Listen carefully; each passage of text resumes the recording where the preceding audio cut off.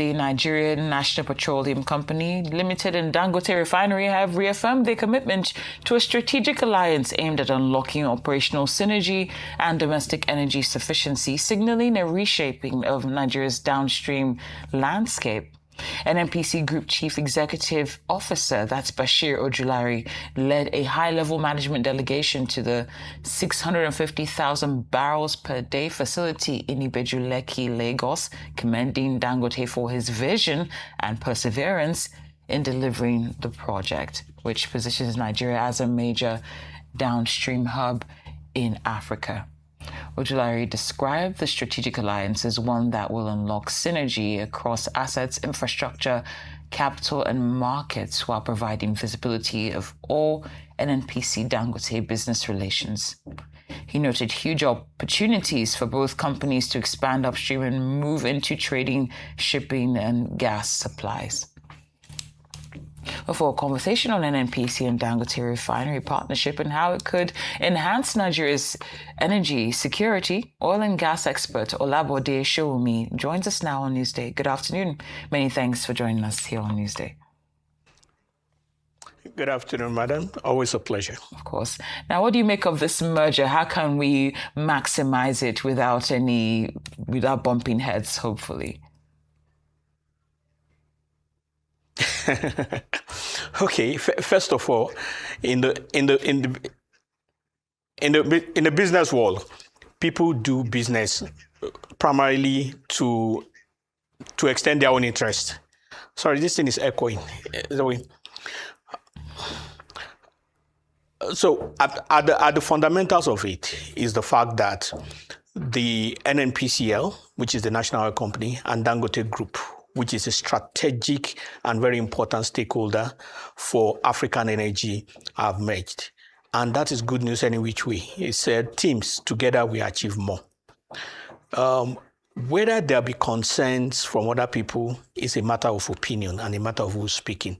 But what is important is that the fundamentals of progress, the fundamentals of the industry be adhered to. So in all things like energy security, which has to anchor availability and affordability, and then there's some amount of leeway for all the other people to do their business. Once those things are there, it doesn't really matter who is hurt or not hurt by their agreement. They can just move on. And thank you. In a lot of ways, I think a number of people can remember life before the Dangote refinery and life after, just because there was such a significant shift in terms of less queuing, less shortages at fueling stations. I mean, do you think that more sectors of the economy should be privatized? Is this the solution? And why did it take so long for us to get here as a nation to not have queues in an oil-producing country?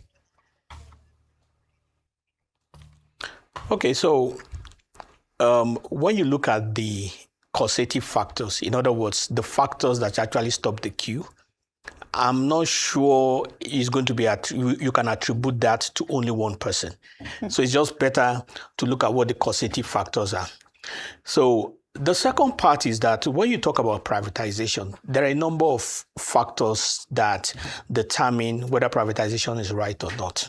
And Nigeria is awash with that. I mean, one of the very most successful evidences of privatization Africa-wide is what has happened in the telecom sector, where the private sector, which was led by MTN, Airtel, and co., has now swallowed up completely the state private company, which at that time was Nitel. But on the other hand, you also have another example within the power sector where the privatized group or groups as it is, and they were operating below what the old company, the old NEPA was operating. So it's a catch-22. So what we need to do is, rather than pointing fingers, to look at what are the causative factors. In other words, what are the real factors that are responsible for the underdevelopment? And when we identify the factors, we eliminate them so that the players can work well.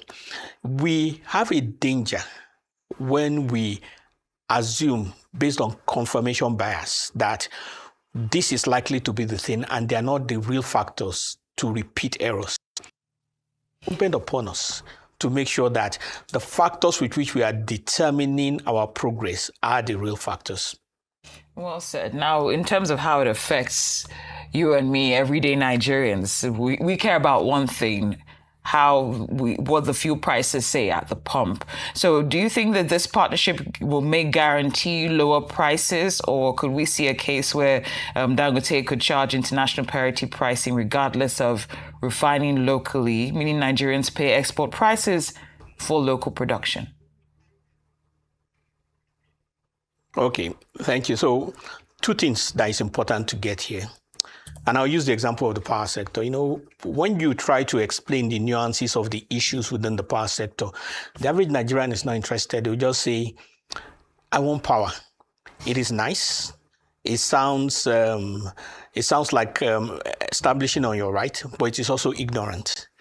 Because the factors that allow for low prices in January may be the same factors that would double the price in February. So it's important to know what the real issues are.